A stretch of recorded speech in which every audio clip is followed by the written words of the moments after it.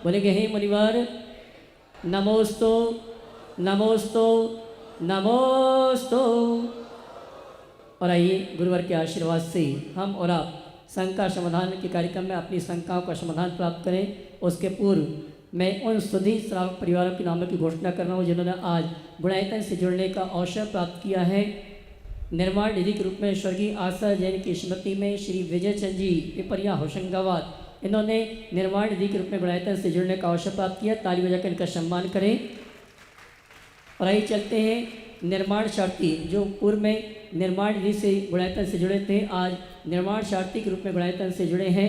श्रीमान ओम प्रकाश जी, पुष्पा देवी जी, भागचंद जी, जय कुमार जी, पंकज जी, अमित जी, आनंद जी, अभिषेक जी, आदित्य जी, अक्षय जी, प्रथमेश जैन बुरहानपुर अगर उपस्थित है तो वह परम पूज्य मुनिवर के श्री चरणों में नमन करते हुए गुरुवंदना का सौभाग्य प्राप्त करेंगे। और उनके सम्मान के लिए मैं आवाज़ दूंगा।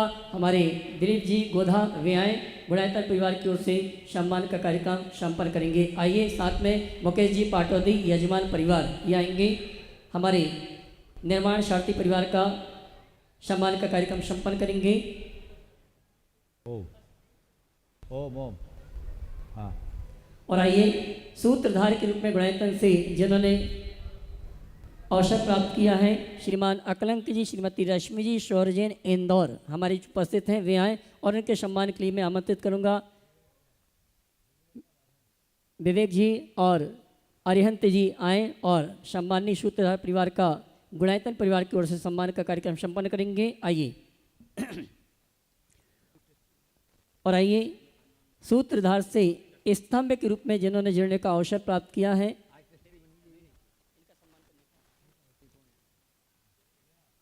सूत्रधार से गुणायतन स्तंभ के रूप में जिन्होंने जुड़ने का अवसर प्राप्त किया है, सिर्फ मेमेंटो भर देना भैया। आइए अकलंक जी परिवार का सम्मान कर रहे हैं, विवेक जी और अरिहंती जी जोरदार ताली बजाकर इस परिवार का सम्मान करें। और आइए गुणायतन स्तंभ के रूप में डॉक्टर बनमाला जी कोरिया, श्रीमती वंदना जी राजेंद्र कियावत, अर्चना, अनिल जी वंडी, जावरा रतलाम, जिन्होंने चित्तौड़ से, हाँ क्षमा करना, और इनके सम्मान के लिए मैं आवाज़ दूंगा हमारे संदीप जी गया और राहुल जी स्पोर्ट्स ये आए। हमारे सम्माननीय स्तंभ परिवार का गुणायतन परिवार की ओर से सम्मान का कार्यक्रम संपन्न करेंगे। और आइए और आज अभी अभी मेरे पास नाम आया जिन्होंने गुणायतन ट्रस्टी के रूप में जुड़ने का अवसर प्राप्त किया है।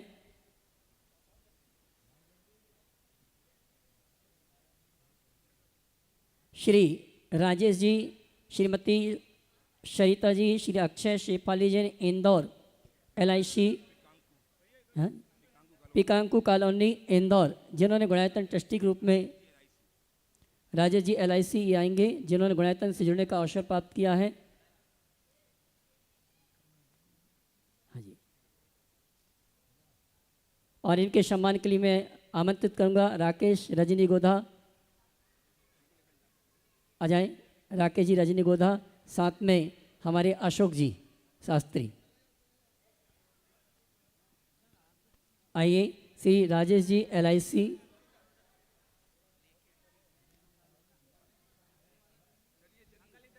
अनिल जी रावत और जी, अनिल जी रावत आएंगे हमारे सम्मानीय ट्रस्टी परिवार राजेश जी LIC, उनका सम्मान का कार्यक्रम गुणायतन परिवार की ओर से संपन्न करेंगे।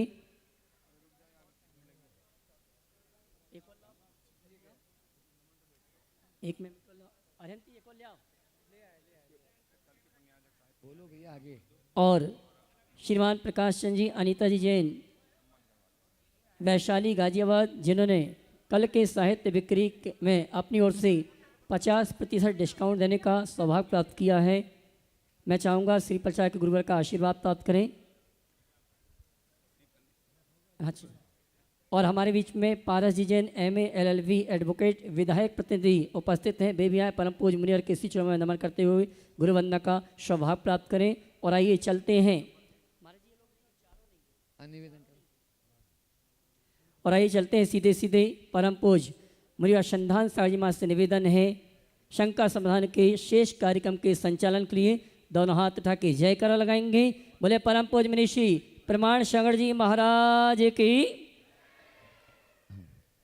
आज का ये शंका समाधान का सत्र अपन बिना समय गंवाए शुरू करते हैं गुरु चरणों में।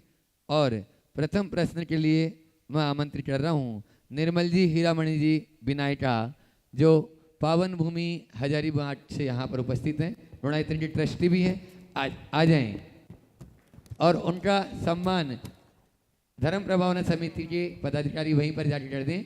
मुख्य यजमान मुकेश जी पाटोदी, दिलीप जी गोदा वहीं पर चले जाएं और उनका सम्मान कर दें सपत्निक। और आगे तैयार रहेंगे अपने बीच में प्रतिभा जी गोदा जयपुर से, उनके साथ में इंदिरा जी बज भी रहेंगे। नमोस्तु महाराज श्री, नमोस्तु नमोस्तु। ओ प्रश्न करें। बोलिए। जैन आगम के अनुसार अंश और वंश में क्या अंतर है? अंश और वंश में क्या अंतर है? देखो, अंश क्या है वंश क्या है इसे समझ लो तो अपने आप अंतर चला जाएगा। अंश जो एक में रहे और वंश जो निरंतर बना रहे, समझ गए? हम आप वंश के अंश हैं और हमारे आगे और पीछे की पीढ़ी का नाम वंश है।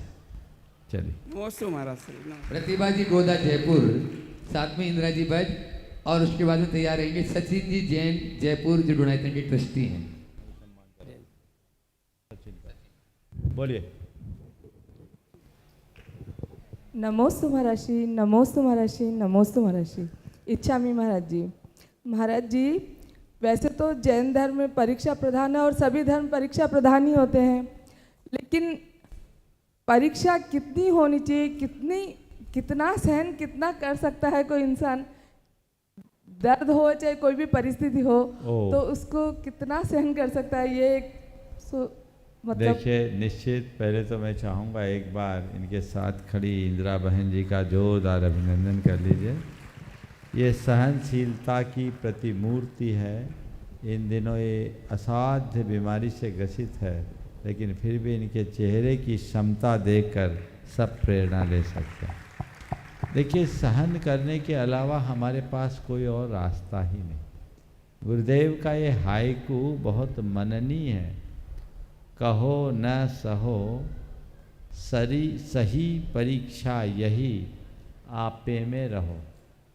तो हमें कहना नहीं है, सहना है। ये हमारी परीक्षा है।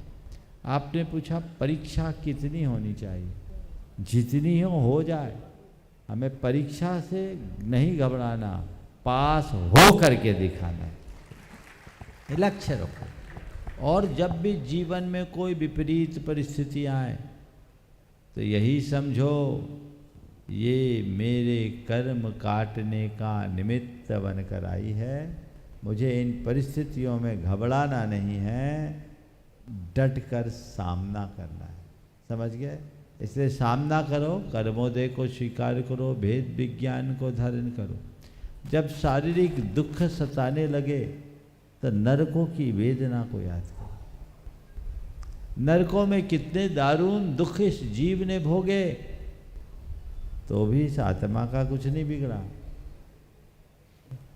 न मे मृत्यु कुतो भीति, न मे व्याधि कुतो व्यथा, ना हम बालो न वृद्धो हम न युवे तानि पुद्गले। इस बात को बार बार दोहराओ। जब मेरी मृत्यु ही नहीं तो मुझे डर कैसा? जब मुझे रोग हो ही नहीं सकता तो व्यथा कैसी? न मैं बाल हूँ, न वृद्ध हूँ, न युवा हूँ। ये तो इस शरीर का चोला है जो एक दिन बदलना है, बदलेगा। मैं उसका साक्षी बनूंगा। अपने आप को मजबूत बनाए रखो, दृढ़ता रखो और बार बार वैराग्य भावना और बड़ी समाधि भावना को दोहराओ। महान आत्माओं को याद रखो कि उनको कितनी बड़ी बड़ी वेदनाएं भोगनी पड़ी, उपसर्गाएं, लेकिन उनने उस घड़ी भी अपनी क्षमता को नहीं खोया। और एक बात गांठ में बांध लो, यदि मैं अपनी वेदना को समतापूर्वक सहता हूँ तो भी मुझे ही सहना है, और आकुलतापूर्वक सहता हूँ तो भी मुझे ही सहना है। जब दोनों स्थितियों में मुझे सहना ही है तो क्यों ना मैं समता से सहूँ।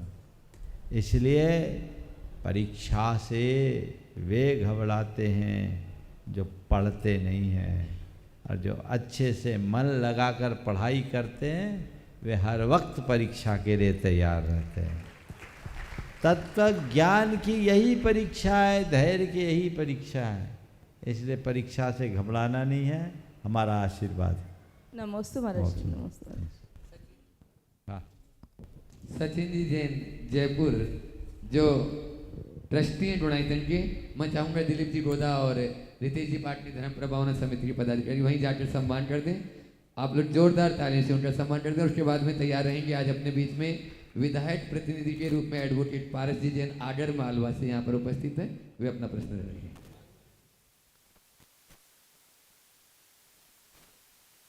प्रश्न करें सचिन जी जैन साहब, और उसके बाद पारस जी जैन खड़े हो जाए ताकि वहां तक माइक पहुंच सके।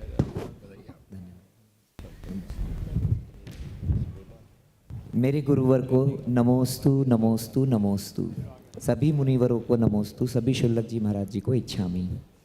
महाराज श्री, मैं अभी 5 दिन एक नेशनल फॉरेंसिक साइंस यूनिवर्सिटी में गया था ट्रेनिंग देने के लिए। फिर से बोलना। महाराज श्री, मैं अभी नेशनल फॉरेंसिक साइंस यूनिवर्सिटी में गांधीनगर में एक ट्रेनिंग देने गया था 5 दिन की। तो वहाँ पे स्कूल ऑफ मैनेजमेंट स्टडीज़ के एक डॉक्टर हिमांशु ठक्कर हैं, उन्होंने अपने बहुत सारे बताए अनुभव कि वो भावना योग कर रहे हैं पिछले 3 साल से, नियमित रूप से प्रवचन सुनते हैं, नियमित रूप से शंका समाधान सुनते हैं। तो उनका प्रश्न था, तो मेरा प्रश्न जरूर रखिएगा। तो बड़ा प्रभावित लगा कि ऐसी जगह पे जहाँ पे कोई वो नहीं था और उनको सब देखने को मिला, और भावना युग के उन्होंने बहुत अच्छे अपने अनुभव भी बताए। महाराज जी, उनका प्रश्न ये था कि शिक्षा के क्षेत्र में जब वो प्रयोग करते हैं अपनी शिक्षा को अच्छे से देने के लिए बच्चों के लिए, तो कई बार उनका पाठ्यक्रम प्रभावित हो जाता है। तो पाठ्यक्रम और उनके जो ये प्रयोग हैं बच्चों को सही शिक्षा देने में कहीं ना कहीं वो सामंजस्य नहीं बैठा पाते। तो बोले महाराज श्री से पूछेगा कि क्या मार्गदर्शन रहेगा, इसको कैसे करें कि जो पाठ्यक्रम आउटडेटेड हो जाते हैं और जो शिक्षा में ज़रूरत होती है उनको कैसे कैसे सामंजस्य। देखिए, अगर शिक्षा की वास्तविक अवधारणा को देखा जाए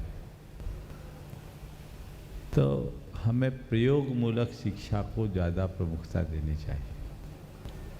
सैद्धांतिक बातें हम जितनी सीखते हैं वो विस्मृत भी हो सकती, पर प्रायोगिक तौर पर जिसे अपनाते हैं वह सदैव हमारी स्मृति पटल पर अंकित रहती। तो हमें प्रायोगिक तौर पर अपनाने की चेष्टा करनी चाहिए।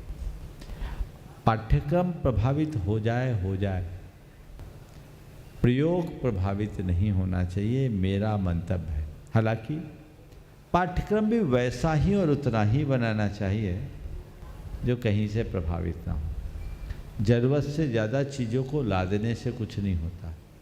सब चीज़ें हमें सीमित करके जेहन में उतारने का प्रयत्न करना चाहिए ताकि वह दीर्घकालिक बन सके और वो जीवन के लिए एक उपलब्धि बन सके। ठीक, बहुत बहुत आशीर्वाद। एडवोकेट पारस जी जैन आगर मालवा से, और उसके बाद में आज अपने इस सत्र में सचिन जी तालवेकर और प्रमोद जी जैन जो टेक्निकल डायरेक्टर हैं MPBA के, वे तैयार रहेंगे। विराट धर्म प्रभावना समिति के पदाधिकारी वहीं पर विराट व्यक्तित्व, हेलो, असीमित प्रतिभा के धनी, मेरा नाम डॉक्टर पुष्पा जैन है। आपको बुलाया क्या बहन जी? जब बुलाएंगे तब आइएगा। विराट व्यक्तित्व, विशाल कर्तृत्व, असीमित प्रतिभा के धनी, या यूँ कह दे कि चलते फिरते विश्वविद्यालय, परम पूज्य गुरुदेव 108 श्री प्रमाण सागर जी महाराज के चरणों में शत नमन। प्रश्न बोले आप जी। मेरा प्रश्न है गुरुदेव कि सिर्फ और सिर्फ जैन सिद्धांत के आधार पर सत्य और अहिंसा के मार्ग को प्रशस्त करते हुए परम पूज्य महात्मा गांधी ने सीधे सीधे सवाल करो भैया। इस देश को आज़ादी दिलाई सिर्फ जैन सिद्धांत के आधार पर। तो प्राय ये देखने में आया है गुरुदेव कि महात्मा गांधी का कहीं जैन मंच पे कोई ऐसा उल्लेख नहीं होता है कि जैन सिद्धांत के आधार पर महात्मा गांधी ने इस देश को आज़ादी दिलाई। ऐसा नहीं है, जब प्रसंग आता है तो होता है। आगे समझ में चलिए, आशीर्वाद, आगे बढ़िए। Sachin ji तालवेकर technical director MPBA और उनके साथ में प्रमोद जी जैन साहब भी हैं, इनका सम्मान कर रहे हैं। दिलीप जी पाटनी और आनंद जी गोदा पहुंच जाए और उनका सम्मान करेंगे। आप लोग जोरदार तालियों से इन दोनों अधिकारियों, वरिष्ठ अधिकारियों का सम्मान कर दें। तालियों में कंजूसी न करें, वे अपना प्रश्न भी गुरु चरणों में रख सकते हैं। और उसके बाद में आज सुटलिया दिगंबर जैन समाज से अध्यक्ष, मंत्री, कोषाध्यक्ष आदि सभी यहाँ पर उपस्थित हैं।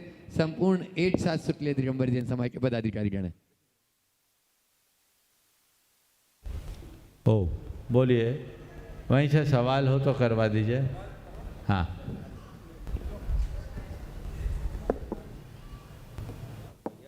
नमस्तु। हाँ बोलिए। आपके दर्शन मात्र से मुझे साकार होने की प्रेरणा मिली है और मैं उस पर अडिग रहूं। उसी तरह मेरे परिवार के लोग भी को भी ऐसी प्रेरणा मिले। यहीं से आप उन्हें आशीर्वाद दीजिए, मुझे आशीर्वाद दीजिए। बहुत सुंदर, बहुत सुंदर। नमोस्तु महाराज जी, आपके चरणों में मेरा त्रिवार नमोस्तु नमोस्तु नमोस्तु। महाराज जी, मैं एक बहुत छोटी जगह से आया हूँ और यहाँ मुझे एक ही यूनिट है जो सरदारों की है, आयरन स्टील प्लांट। मुझे अपने जैन धर्म पे इतना फ़ख्र है कि मैं उनके साथ 53 साल से रह रहा हूँ और आज वरिष्ठ पद पर हूँ। मैं उनके साथ रहते हुए वहाँ पे नॉनवेज और दारू का तो बहुत ही डेली काम, परंतु आपके और अपने जैन धर्म के भावना से मैं अभी तक इन सब चीज़ों से वंचित हूँ और मुझे आपका आशीर्वाद इसी संदर्भ में चाहिए। बहुत सुंदर, ऐसे दृढ़ता बनाइए और अपना प्रभाव जमाइए कि आपका रंग उन पर चढ़ जाए। बहुत सुंदर, चलिए। सुटलिया दिगंबर जैन समाज के अध्यक्ष, कोषाध्यक्ष, मंत्री आदि नाम की लिस्ट लंबी चौड़ी है। तो सभी सुटलिया दिगंबर जैन समाज के पदाधिकारी गुरु चरणों में एक प्रश्न कर लें और उसके बाद में तैयार रहेंगे सुनील जी चित्रा, जो Digambar Jain social group federation Jabalpur से अपने बीच में उपस्थित हैं, वहाँ के सेक्रेटरी हैं। सभी गुरुदेव के चरणों में नमोस्तु नमोस्तु नमोस्तु। गुरुदेव, मेरे एक प्रश्न है कि हमारे यहाँ पर जो पूजा की थाली कम से कम 60 लगती है, उसका कोई भी परिवार पैसे देने में आनाकानी करता है, क्या हमारे को पदाधिकारियों को उसका दोष लगता है? दूसरा, करीब करीब शुक्लिया दिगंबर जैन समाज का, शुक्लिया जैन समाज से करीब करीब 50 लाख रुपए लेना, करीब करीब 15 साल हो गए, वो लोग देते नहीं हैं। बोले आप लिस्ट लगाओगे तो भी हमारा सबसे ऊपर नाम रहेगा। कृपया मार्गदर्शन दीजिए, क्या करा जाए? देखिए, सबसे पहले तो मैं आपके माध्यम से पूरे देश की समाज से कहना चाहूँगा कि भगवान की जिस जिनालय में आप सेवा पूजा करते हो, जिनके निमित्त से आप इतना पुण्य अर्जन करते हो, वहाँ दान देने में कोई कोताही न करे, सदैव दान दे। और दान तो बाद में दे, पहले वहाँ की लाग अर्पित करें। थोड़ा सोचिए, एक जिनालय में जहाँ आप रोज पूजन अभिषेक करते हैं, वहाँ की बिजली का प्रयोग करते हैं, वहाँ के उपकरण का प्रयोग करते हैं, वहाँ की द्रव्य सामग्री का प्रयोग करते हैं, कई लोग वहाँ के वस्त्रों का प्रयोग करते हैं। इन सब का हिसाब लगाओ तो 1 घंटे का किराया कितना होगा, हिसाब लगाओ। कम से कम 100 रुपया तो मिनिमम कर लें, तो कम से कम, और द्रव्य सामग्री वगैरह जोड़ के कितना, एक थाल का 400 रुपया, 500 रुपये गुरुदेव कम से कम। आप सोच लो, इतना तो आपके ऊपर का खर्चा है और उस निमित्त से आप पुण्य अर्जित कर रहे हो, और वहाँ से कंजूसी करो तो तुम्हारी बरकत कहाँ होगी? शायद 500 ज़्यादा हो, पर मेरा अनुमान है कम से कम 150 रुपया तो होना चाहिए। तो तुम 4.5 नहीं तो कम से कम 4000 रुपया महीना तो मंदिर में दो। 200 रुपया का गुटखा खा के थूक देने को तैयार हो, पर 100 रुपया भगवान के दरबार में लगाने को राजी नहीं। ये वैचारिक दरिद्रता है। इसको तो पहले मुझे देना, ये दान नहीं है, ये मेरी लाग है। मैं इतना उपयोग में ला रहा हूँ, उसके निमित्त से मेरा पुण्य संचित हो रहा है, और यही संचित पुण्य मेरे जीवन को अंदर बाहर से संभाल रहा है। देने में क्या कमी? इसमें पूर्ण उदारता होनी चाहिए, इसमें कोई कमी नहीं। समझ गए?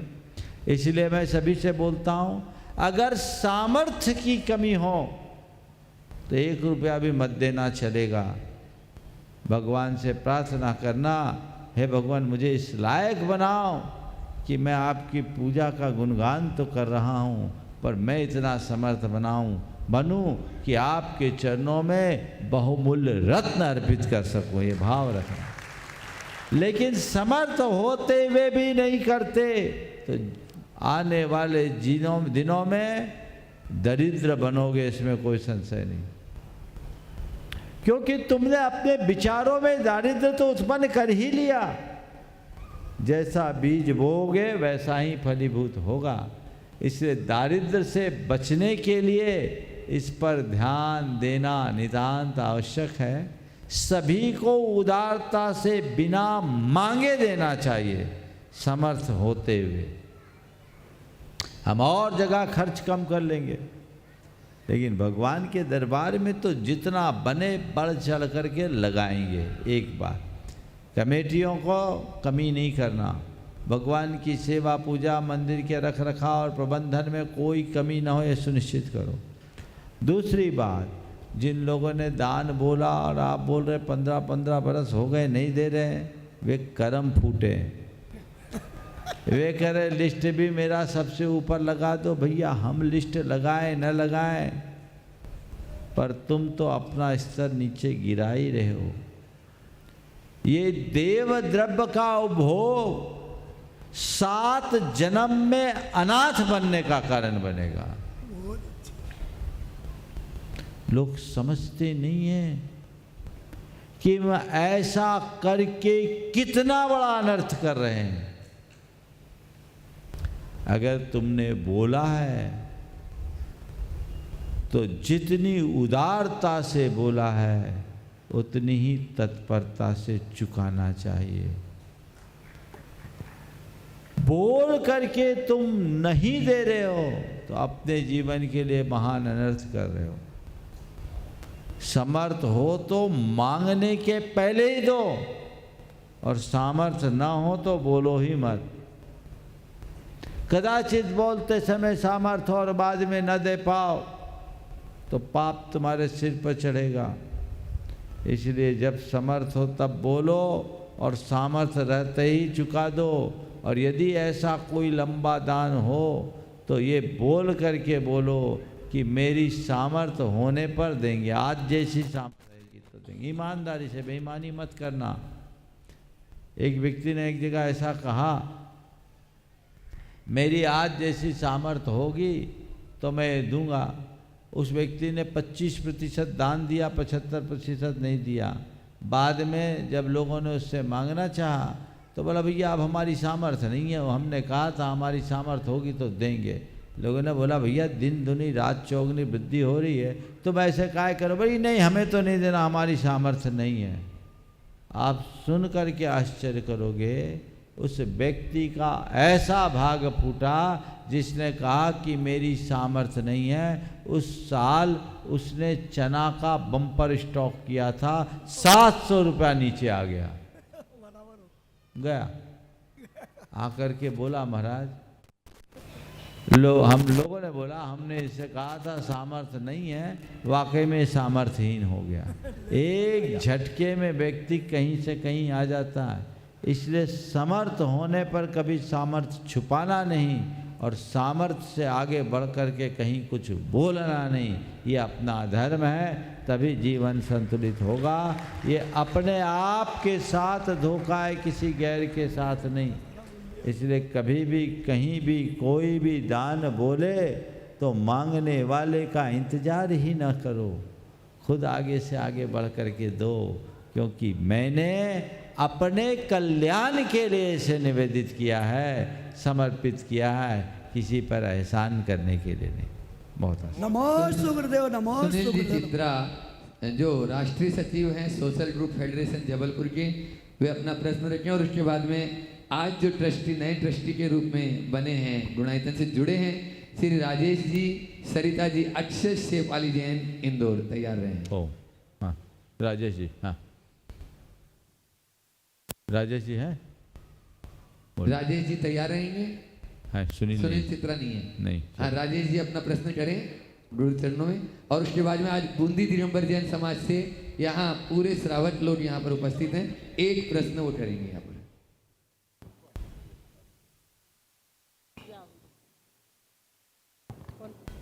बोलिए, जल्दी करें, राजेश जी का परिवार है। आपका सवाल है तो बोलिए। नमोस्तु महाराज जी, नमोस्तु महाराज जी।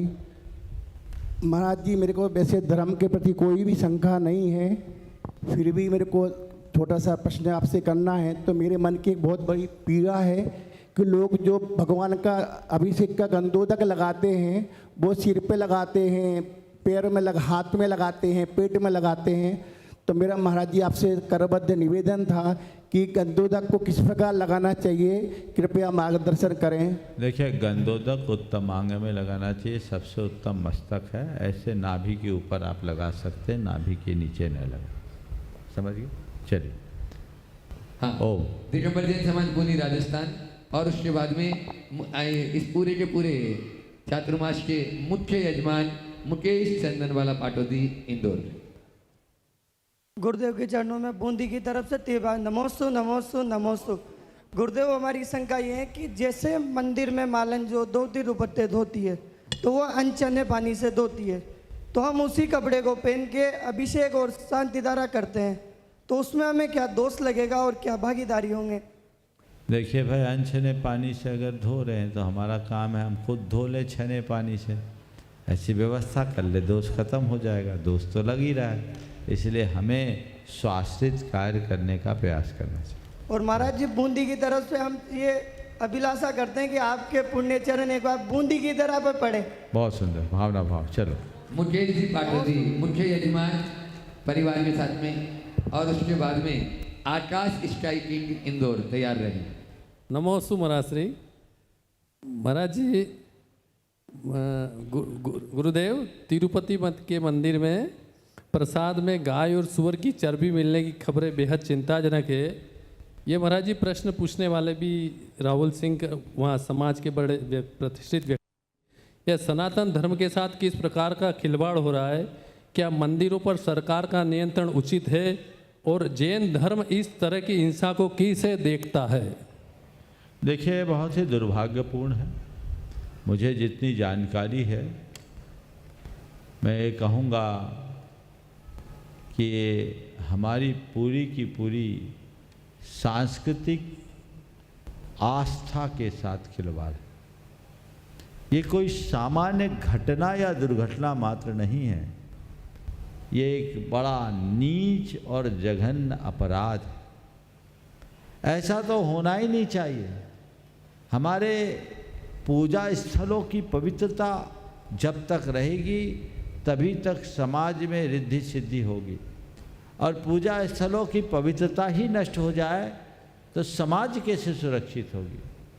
इतने वर्षों से ये सब चलता रहा, किसी को पता ही नहीं लगा, और अब वो बातें प्रकाश में आई है, तो ये बहुत दुर्भाग्यपूर्ण है।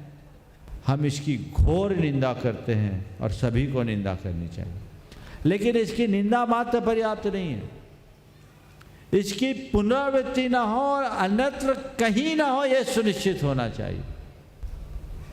ये हो कैसे गया? सबसे बड़े आश्चर्य की बात तो ये, इस पर पूरी छानबीन होनी चाहिए। और देश में अभी भी, जैसी मुझे जानकारी है, मिलावटी घी का चलन बहुत ज़्यादा है, तो पता नहीं अभी और भी कई जगह जाता होगा। तो सरकार को भी इस पर पूरी चौकसी रखनी चाहिए कि इस तरह के घृत आदि का उपभोग कहीं ना हो, और यदि कोई करता है तो उसमें स्पष्ट उल्लेख हो कि ये किस आधार से, किस स्रोत से बना है, ताकि लोग अपनी धार्मिक मर्यादा और आस्था को सुरक्षित रख सके। और इस तरह का कृत्य यदि होगा तो हमारी समाज का पतन अवश्यंभावी है। इसलिए ऐसी कृत्यों की पुनरावृत्ति रोकना चाहिए और पूरी समाज को इसकी निंदा और भर्त्सना करनी चाहिए। ऐसे लोगों के मनोबल को कम करना चाहिए ताकि कभी कोई इस तरह की गतिविधि का दुस्साहस न कर सके। गुरुदेव, हाँ, एक ये प्रश्न मेरे को कलकत्ता से आया है। संपत जी हीरामणि जी का काबरा का छाबड़ा जी का, पंचम काल में भारत क्षेत्र में रिद्धिधारी मुनि महाराज हो सकते हैं क्या? पंचम काल में रिद्धियाँ नहीं होती, सिद्धि हो सकती। इसलिए वर्तमान में कोई भी महामुनि क्यों ना हो, रिद्धि संपन्न नहीं हो सकती। आकाश स्काई की इंदौर, अभी इंदौर की उभरती हुई प्रतिभा है। और उसके बाद में डॉक्टर पुष्पा जी जैन इंदौर, तैयार रहें। हे पूज्य गुरुदेव, आपके पावन चरणों में बारंबार नमोस्तु। महाराज जी, ऐसा माना जाता है कि जब संपूर्ण विश्व यत्र तत्र विचरण करते हुए अपने जीवन जीने के लिए संघर्ष कर रहा था, उस समय भारतीय संस्कृति अपने उत्कर्ष पर खड़ी हुई थी। और भारतीय संस्कृति का अगर हम मूल माने तो वह शाश्वत श्रमण संस्कृति मतलब जैन संस्कृति रही है। तो वर्तमान विश्व जितनी खोजें कर रहा है या जिस विज्ञान की चरम सीमा पर अभी तक हम खड़े हुए हैं, क्या हमारा इतिहास, हमारा जो प्राचीन काल में हमारी खोजें रही हैं तीर्थंकरों के समय, क्या वे इससे अधिक विकसित रहे होंगे? और वर्तमान विश्व क्या उस ऊंचाई तक कभी पहुंच पाएगा? देखिए, ये बात सही है कि वर्तमान का दौर टेक्नोलॉजी का दौर है, एडवांस टेक्नोलॉजी का दौर। विज्ञान और तकनीक के आधार पर पूरे विश्व ने बहुत प्रगति की है और इस प्रगति को देखकर लगता है जैसे हम बहुत आगे बढ़ गए। ज्ञात इतिहास के हिसाब से जब हम देखते हैं तो लगता है कि आज हम बहुत समृद्ध हो गए। लेकिन यदि इसी बात को हम अपने शास्त्रों के परिप्रेक्ष्य में समझते हैं तो ऐसा पाते हैं कि हमारे शास्त्रों में भी ये व्यवस्था थी और उस युग में भी हम इस तरह की तकनीक से संपन्न थे। हमारी टेक्नोलॉजी उस घड़ी में भी बहुत एडवांस थी, समझ गए? तो हम तकनीक संपन्न पहले भी रहे हैं, आज नहीं। रावण का पुष्पक विमान किस बात का द्योतक? जैन ग्रंथों में एक राजा था नल कुबर, उसने अपने किले को अभेद्य बना रखा था। उसने चारों तरफ ऐसे संयंत्र स्थापित कर रखे थे कि कोई भी विमान जाए तो रडार की तरह उन्हें खींच लेता था। अभेद्य किला था, पर वो युग विद्या का था। उस समय हमारे यहाँ कुछ ऐसे मनुष्य होते थे जो बहुत हाईटेक होते थे। उनको बोला जाता था विद्याधर। उनके पास आज से भी एडवांस टेक्नोलॉजी थी। आज की टेक्नोलॉजी सब कंप्यूटर पर आधारित है, उनकी टेक्नोलॉजी उनके मंत्रों पर आधारित होती थी। वो सब काम दिमाग से करते थे और वो सारा काम कर लेते थे। अब ये बात अलग है कि आज हम उन बातों की वैसी व्याख्या नहीं कर पाते, पर यदि हम वैसी व्याख्या करें तो बहुत सारी चीज़ें आ सकती। तो जो भी हो, हमारी प्राचीन संस्कृति बड़ी समृद्ध संस्कृति रही है, पर इतना सब कहना मेरे लिए बहुत प्रयोजनी नहीं दिखता। मैं तो ये कहता हूँ कि प्राचीन काल में जो अच्छाइयाँ थी उसे हम आज अपनाएं और आज भी जो बातें अच्छी है उसे आगे बढ़ाएं और जो बुराइयाँ उनसे अपने आप को बचाएं, तो हम ज़्यादा समर्थ हो सकें। जी महाराज, नमस्ते। डॉक्टर पुष्पा जी जैन इंदौर जो डोनाइटिन के ट्रस्टी हैं, और उसके बाद में पुष्पा जी जैन इंदौर है यहाँ पर। हाँ। उसके बाद में तैयार रहेंगे यश सेठी अरियंत अजमेरा बड़वानी से अपने बीच में। भैया हेलो, मैं डॉक्टर पुष्पा जैन, भक्तांबर हीलर और भक्तांबर गर्भ संस्कार पूरी दुनिया में ही America, Canada, Europe, Dubai, Singapore और भारत के भी कई शहरों में ऑनलाइन देती हूँ। इसके साथ ही एक वरिष्ठ साहित्यकार, लेखिका, कहानी, कवित्री, मोटिवेशनल स्पीकर, वक्ता, समीक्षक हूँ। मेरा प्रश्न महाराज जी ये है कि मैं जब गर्भ संस्कार देती हूँ तो रिश्तेदार में या किसी मिलने वाले के यहाँ गमी हो जाती है, मौत हो जाती है, तो मुझे कितने दिन तक गर्भ संस्कार नहीं देना चाहिए या कितने दिनों बाद देना चाहिए? देखिए, जो धार्मिक क्रियाएं हैं वो सूतक पातक में नहीं करनी चाहिए, और जितने दिन का हमारा सूतक होता उतने दिन बचना चाहिए। समझ गए? 12 दिन का सूतक है तो 12 दिन 12 दिन तक। हाँ, आगे। यशसेठी अरियंत जी मेरा बड़वानी, और उसके बाद में भैया जी तैयार रहे। नमोस्तु महाराज जी, नमोस्तु महाराज जी, नमोस्तु महाराज जी। महाराज जी, बाहर की चकाचौंध भरी दुनिया में हम अपने टीनेजर बच्चों को कैसे संस्कार दें कि वो कीचड़ में रहकर भी कमल की तरह अपने भविष्य को खिला पाएं? कीचड़ में रह कर के भी कमल की तरह अपने भविष्य को खिला सकें, उसके लिए एक ही काम करना है, अनासक्ति का अभ्यास करना। यदि हम अपने जीवन में अनासक्ति का अभ्यास करें तो ये बातें हमारे जीवन में सहज घटित हो सकती। चलो बोलो। नमोस्तु महाराज जी, नमोस्तु नमोस्तु नमोस्तु। महाराज जी, पहले बच्चे दादा नाना क्या पैदा होते थे तो दादा नाना क्या जाने की जिद्दी करते थे। आजकल बच्चे अस्पताल में पैदा होते हैं तो बार बार अस्पताल जाते हैं। क्या गुरुदेव जन्मभूमि हमारी कर्मभूमि पर असर डालती है? जन्मभूमि हमारे कर्म भूमि पर असर डालती है, निश्चित डालती है। मैं एक डॉक्टर के अनुभव से आपके सवाल का उत्तर दूंगा। सहजीवन, प्रेम और परस्परता जैसे, आत्मीयता जैसे मूल्य हमारे जीवन को किस भांति प्रभावित करते हैं, शायद इस प्रसंग से आप समझ पाएंगे। उन्होंने कहा, एक बच्चों के बड़े डॉक्टर थे, शिशु रोग विशेषज्ञ। मैंने उनसे एक दिन पूछा, काफ़ी लंबी प्रैक्टिस थी, 30 साल पुरानी प्रैक्टिस।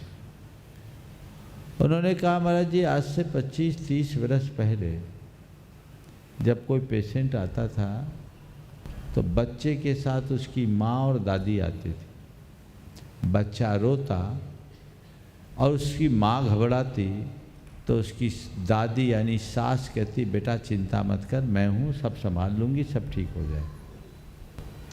और महाराज, इन 25-30 वर्षों में इतना परिवर्तन आया कि अब बच्चा बीमार पड़ता है तो माँ आती है और उसके साथ उस बच्चे का पिता आता है। अब जब बच्चा रोता है और माँ घबराती है तो उसका पति कहता है, घबरा मत, टॉप का डॉक्टर है, बढ़िया अस्पताल है, सब ठीक हो जाएगा। उन्होंने जो बात कही जिसके लिए मैंने इसे उद्धृत किया कि महाराज, अंतर ये है कि पहले जो बच्चा 3 दिन में ठीक होता था अब उसे 10 दिन लग जाते हैं। पहले जो बच्चा 3 दिन में ठीक हो जाता था अब उसे 10 दिन लग जाते हैं, क्योंकि पहले आत्मीयता थी, अब उसका अभाव हो गया। तो पहले दादा दादी, घर परिवार भरा पूरा परिवार होता था तो प्रेम में बच्चा पल जाता था और उसकी उसी अनुरूप केयरिंग हो जाती थी। अब वो सब खत्म हो गया तो अस्पताल में पैदा हुआ तो अस्पताल तो जाना ही पड़ेगा। इसलिए इस पर बहुत गंभीरता से विचार करना चाहिए। हाँ, अब भाई। नमोस्तु महाराज जी।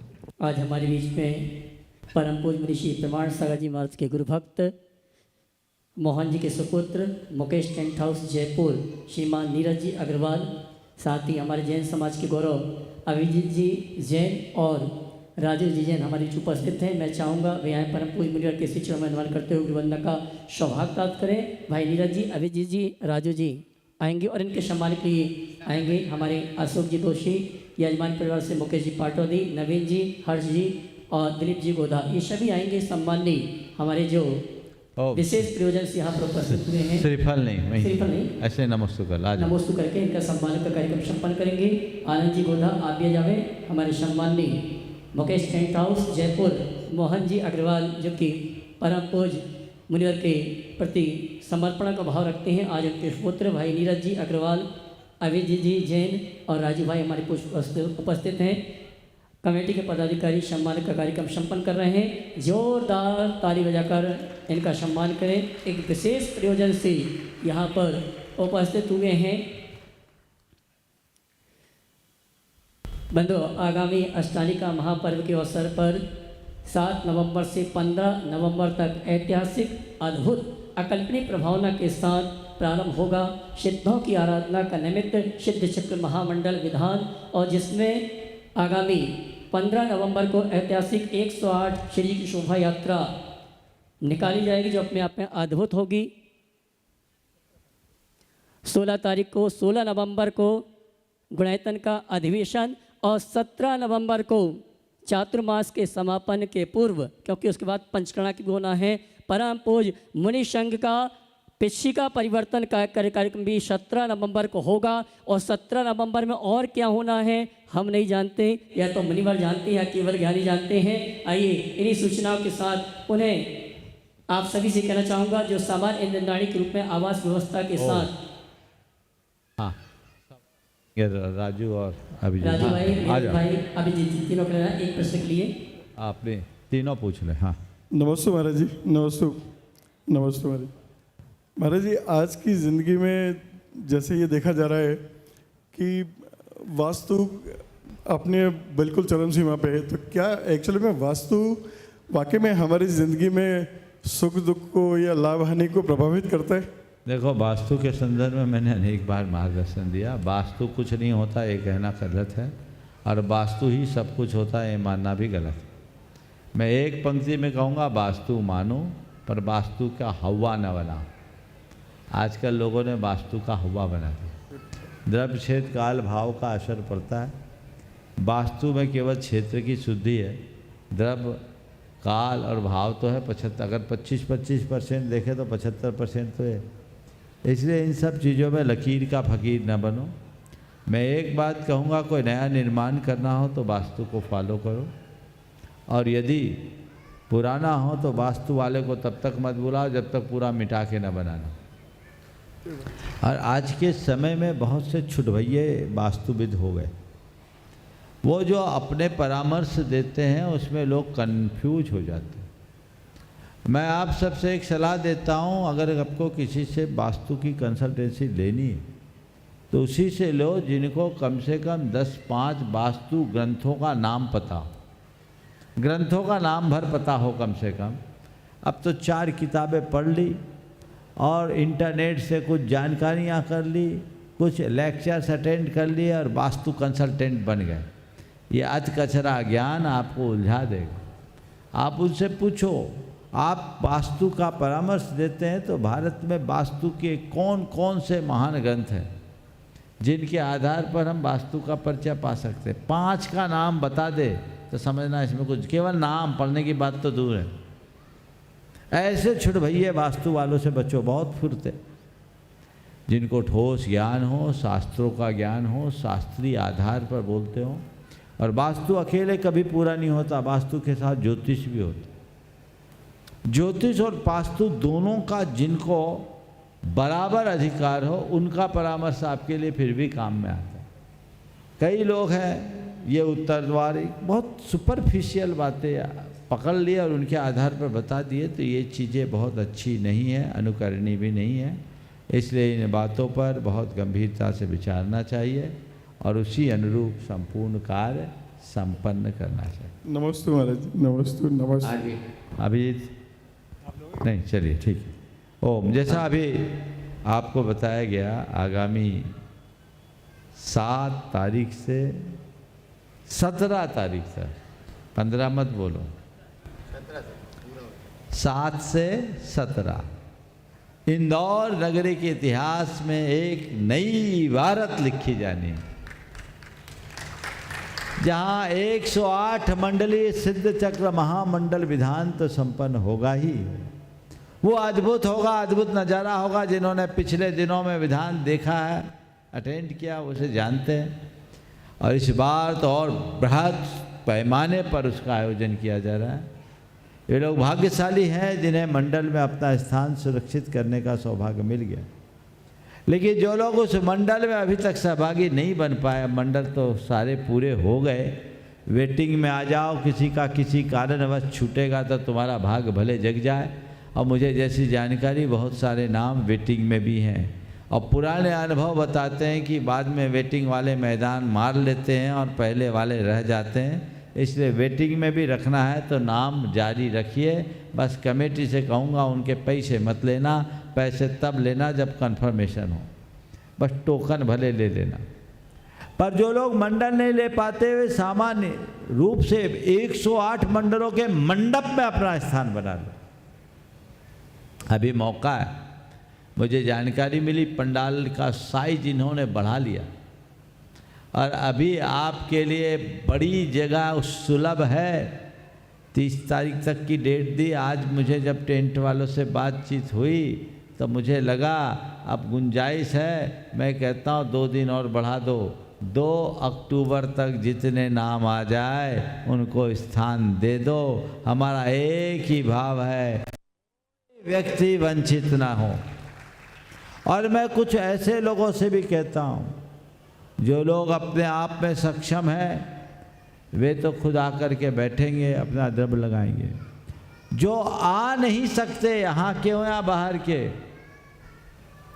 वे अगर चाहें तो पुण्य लाभ लेने का एक अवसर उनको भी मैं, वो अपनी तरफ से कुछ जोड़ों को बिठाल दे। धर्म प्रभावना समिति से मैं कहता हूँ यदि कोई कमजोर आदमी गरीब आदमी,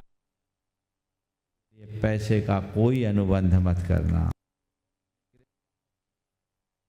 कमेटी पहले से तैयार है, पर हर कोई गरीब मत बनना, नहीं तो गरीब ही बने रहोगे। अमीरी और उदारता के साथ रखो। लेकिन मैं उन लोगों से कहता हूं जो किसी कारणवश नहीं बन पा रहे, बहुत सारे लोगों की सूचना आई कि मैं इतने लोगों को बिठाना चाहता ना, ये तुम्हारा योगदान है और वो तुम्हारा प्रतिनिधि बन करके बैठेगा। ये मौके का लाभ सबको लेना चाहिए। तो पूरा पंडाल केवल विधान करने वालों से भर जाए। इतना बृहद आयोजन यहाँ पर जिस स्तर पर किया जा रहा है वो बहुत ही अनुकरणीय और श्लाघनीय है, उसका सभी को लाभ लेना चाहिए। इसके बाद 15 तारीख को होने वाली शोभा यात्रा अद्भुत शोभा यात्रा होगी जिसमें 108 रथ होंगे और इंदौर शहर के हर मंदिर के लोग उन रथों का नेतृत्व करेंगे। उनका अपना बैंड बाजा होगा और बहुत आयत लोग झांकियां लेकर के चलेंगे। उस दिन इंदौर के इस नगर में एक अलग नज़ारा दिखेगा। आज सारे मंदिर कमेटी के लोगों ने जिस तरह के उत्साह का परिचय दिया है वो बहुत आनंददायी है। ऐसा उत्साह सबको बना के रखना है। मैं मंदिर कमेटियों के अलावा अन्य सामाजिक संगठनों को भी कहूँगा वे अपनी भागीदारी सुनिश्चित करें और जब ये रथ यात्रा निकले तो सब लोग उसमें ऐसे उमड़े कि देखने वालों का हृदय भी आनंद से भर जाए और शोभा यात्रा की शोभा ऐसी हो कि देखने वाले देखे नहीं ठिठक कर रह जाए। शुरू से अंत तक घंटा 1.5 घंटा एक छोर से दूसरे छोर तक का नज़ारा जब तक न देख ले तब तक उसके मन में हिलने की इच्छा ना हो। ये प्रयास आप सब करना है। करके चौक आयोजन होने वाला है, वो अद्भुत आयोजन। और उसके बाद प्रतिवर्ष परिवर्तन के अधिवेशन होता है तो वह अधिवेशन भी इंदौर नगर में पहली बार संपन्न होगा। और उसके बाद 17 तारीख को रविवार है और उसी दिन परम पूज्य गुरुदेव का आचार्य पदारोहण दिवस जो विशेष दिवस है, उस दिन विशेष कार्य होगा जिसमें पिछी परिवर्तन का भी कार्यक्रम होगा। तो आप सब इस पूरे के पूरे कार्यक्रम में अपनी सहभागिता अभी से सुनिश्चित कर लीजिए। बाहर के लोग भी जो भी इसमें अपनी सहभागिता देना चाहते हैं यहाँ की समिति को उसकी पूर्व सूचना प्रदान कर दें और स्थानीय लोगों को तो बढ़ चढ़ कर के हिस्सा लेना ही है, क्योंकि ऐसा बार बार नहीं मिलने वाला और ये मौका आपके सहयोग से मिला है, तो आपको इसका वह लाभ लेना है जो जीवन का अपूर्व लाभ बन सके, आपके जीवन की एक स्थायी उपलब्धि बन सके। इस भाव के साथ हो गया समय। चलिए ने तो महाराज जी की रुचि प्रभाकांत जी दिल्ली इंद्रपुरम इंद्रापुरम यहाँ पर उपस्थित है। नहीं प्रश्न कर लें। डॉक्टर वीरचंद जी विनीता जी अग्रवाल बनारस गुणायतन ट्रस्टी, वे अपना प्रश्न रखें। और आनंद जी सराब भोपाल मंच पर चले आ रहे हैं, उस तरफ साइड से अपना प्रश्न करें। गुरुवार के यदि प्रश्न है तो प्रश्न कर लें। गुरुवार के चरणों में कोटि कोटि नमन। हे गुरुवार, हम सभी संसार पाप कर्म दो कर्मों बंद करते हैं और उसके द्वारा राग द्वेष की भावना अंदर में उपस्थित होती है। परंतु हमारे मुनिवर जो हैं तो उनको तो पांचों प्रकार के हिंसा का त्याग है, पांचों प्रकार के पापों का त्याग है। तो वो जब पापों का त्याग है तो राग द्वेष तो उनको होता नहीं। तो उस दृष्टि से तो मुनिवर पूर्ण वीतरागी हुए। पाप की हाँ पुण्य की दृष्टि से धर्म में अनुराग जरूर होता है, पर पाप की दृष्टि से जब पूरा त्याग है तो वो तो वीतरागी हुए। बहुत सुंदर, आपका कथन बिल्कुल ठीक है। अगर कहें तो मुनियों के पापात्मक प्रवृत्तियों का त्याग होने के कारण वो पाप से मुक्त होते हैं, इसमें कोई संशय नहीं। लेकिन इसके उपरांत भी हर समय परिणाम एक से नहीं रहते, परिणाम चढ़ते उतरते रहते हैं। इसलिए कई अशुभ कर्मों का बंध तो मुनि महाराजों को भी होता है, 10वें गुण स्थान तक भी होता है। वो अलग अलग भूमिका में अलग अलग परिणामों के परिणाम स्वरूप। लेकिन जैसा पाप आम व्यक्ति करता है और जैसा प्रगाढ़ बंधन उनके जीवन में होता है, वैसा मुनियों में नहीं।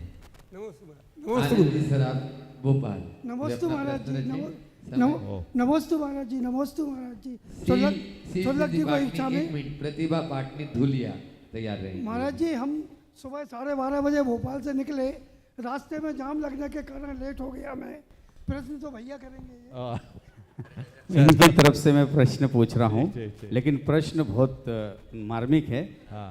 सधर्मी वात्सल्य के बारे में आगम में क्या उल्लेख है? हाँ, थोड़ा प्रतीक्षा कर लो तो अच्छे से बोल पाऊंगा। अभी बोलूंगा तो सस्ते में निपटना पड़ेगा। नहीं, फिर महंगे में ही निपटना है। चलो चलिए, पाटनी परिवार धुलिया। महाराज जी, एक चीज बोल रहा था। बस हो गया। हाँ बोलो, जल्दी बोलो। नमस्ते गुरुदेव, नमस्ते गुरुदेव। महाराज जी, अपनी हाथों से गिरी हुई चीज का हमें बहुत बुरा लगता है, पर हम किसी के नज़र से गिरे तो बुरा क्यों नहीं लगता, इसका समाधान कीजिए। किसी की नज़र से गिरे तो बुरा क्यों नहीं लगता? मुझे तो ऐसा लगता है कि जिसके नज़रों में पानी नहीं आता, पानी नहीं रहता, वही नज़र से गिरे तो बुरा ना लगे। समझ गए? इसलिए हमें कोशिश करना चाहिए कि न तो हम किसी को नज़रों से गिराएं और न ही किसी की नज़र से गिरने का काम करें। अपनी नज़रें सही बनाए, अपना नज़रिया सही रखे, तो सब रास्ता अपने आप प्रशस्त होगा और हमारा जीवन आगे बढ़ पाएगा। हम सब उसी रास्ते पे चले। आगामी 4, 5, 6 तारीख को गोमटगिरी में एक विशेष कार्यक्रम है, जिसकी विस्तृत जानकारी आपको कल दी जाएगी और कल के कार्यक्रम की सूचना अभय भैया देंगे। नशिया जी। नमस्ते।